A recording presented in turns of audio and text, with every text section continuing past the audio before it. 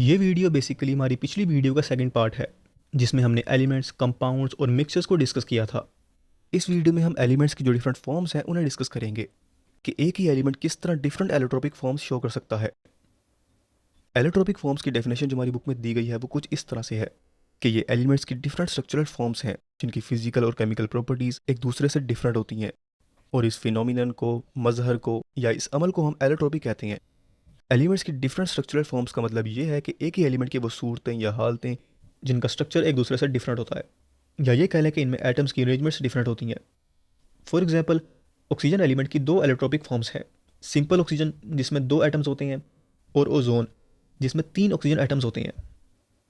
Simple oxygen तो सबसे common है जो कि हमारी हवा में होती है, जिसे हम सांस के जरिए अपनी बॉडी में लेके जाते हैं, और ओजोन ऊपर आसमान में होती है जो हमें सूरज की खतरनाक शुआओं से महफूज रखती है।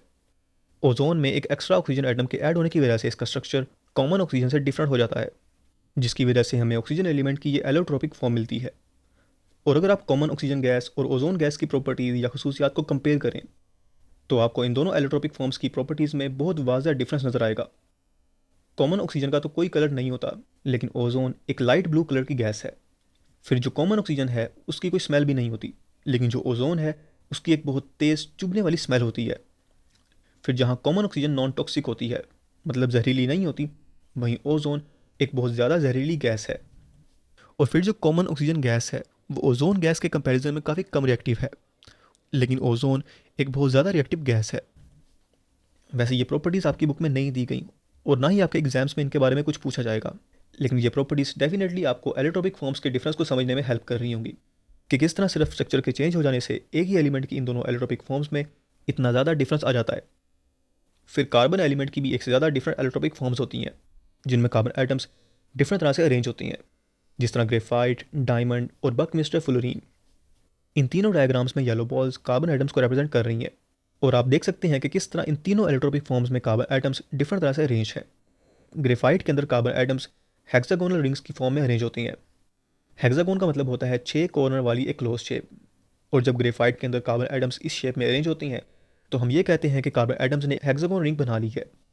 और फिर ग्रेफाइट के अंदर इस तरह के कार्बन एटम्स की बहुत सी लेयर्स होती हैं जिनमें एक के ऊपर एक लेयर पड़ी होती है, और ये सभी लेयर्स एक दूसरे के साथ जुड़ी होती हैं। फिर डायमंड का भी एक मैक्रोमोलिकुलर स्ट्रक्चर होता है।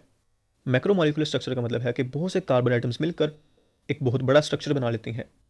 अभी जो आप डायमंड का स्ट्रक्चर देख रहे हैं ये तो बहुत छोटा है, असल में कार्बन एटम्स इसी तरह की शेप के अंदर जुड़कर एक बहुत बड़ा स्ट्रक्चर बना लेते हैं, जिससे हमें एक डायमंड मिलता है।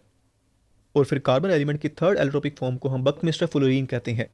बकमिस्टर फ्लोरीन्स के अंदर कार्बन एटम्स पेंटागोन और हेक्सागोन रिंग्स की फॉर्म में अरेंज होते हैं। पेंटागोन का मतलब है 5 किनारों वाली शेप, और हेक्सागोन को तो हमने देख ही लिया है कि एक ऐसी शेप जिसके 6 किनारे होते हैं। और बकमिस्टर फ्लोरीन में कार्बन एटम्स इन दोनों शेप्स के अंदर अरेंज होते हैं, और फिर सभी कार्बन एटम्स एक दूसरे के साथ जुड़कर एक गोल केज या एक गोल पिंजरे की तरह का स्ट्रक्चर बना लेते हैं। फिर आपकी बुक में फ्लोरीन्स की कुछ प्रॉपर्टीज़ भी दी गई हैं, तो हम इन्हें भी देख लेते हैं। फ्लोरीन्स की सबसे पहली प्रॉपर्टी तो यही है कि इनका मेल्टिंग पॉइंट लो होता है, लेकिन ये हाई प्रेशर और हाई टेम्परेचर पर काफ़ी स्टेबल रहते हैं। मतलब अगर आप फ्लोरीन्स को बहुत ज़्यादा प्रेशर पर रखें तो ये काफ़ी हाई टेम्परेचर को भी बर्दाश्त कर लेते हैं। फिर फ्लोरीन्स के अंदर सभी कार्बन एटम्स कोवेलेंट बॉन्ड के साथ जुड़े होते हैं, जिसकी वजह से फ्लोरीन्स ऑर्गेनिक सॉल्वेंट्स में सोलेबल होती हैं, मतलब उनमें हल हो जाती हैं।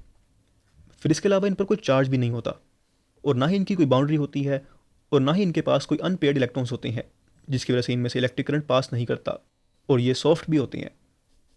तो ये फ्लोरीन्स की कुछ प्रॉपर्टीज़ थी। फिर कार्बन के बाद हमारी बुक में सल्फर की भी कुछ एलोट्रोपिक फॉर्म्स दी गई हैं, रोम्बिक सल्फर और मोनोक्लिनिक सल्फर। और जिस तरह आप इस डायग्राम में देख सकते हैं कि इन दोनों तरह की फॉर्म्स में मेनली इन दोनों के स्ट्रक्चर का डिफरेंस है। रोम्बिक सल्फर मोनोक्लिनिक सल्फर के कंपैरिजन में थोड़ी ज़्यादा स्टेबल होती है, मतलब कि ये बहुत कम केमिकल रिएक्शन करती है। और यहाँ पर ये एलोट्रोपिक फॉर्म्स ऑफ सब्सटेंसेस का एक छोटा सा सब टॉपिक कंप्लीट होता है। जब आप फ्यूचर क्लासेस में जाएंगे और इस कंसेप्ट को और डिटेल में पढ़ेंगे तो आपको एलोट्रोपिक के बारे में एक सॉलिड आइडिया हो जाएगा।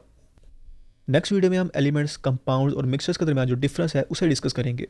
तो मिलते हैं नेक्स्ट वीडियो में, तब तक के लिए अल्लाह हाफिज़।